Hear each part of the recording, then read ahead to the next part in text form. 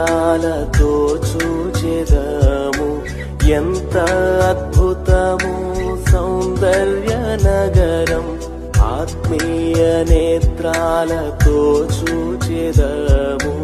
ఎంత అద్భుతము సౌందర్య నగరం, ప్రభువు చెంతకు వెళ్ళేదము. ప్రభువు చెంతకు వెళ్ళేదము. విజయోత్సవముతో ప్రవేశించేదము. విజయోత్సవముతో ప్రవేశించేదము.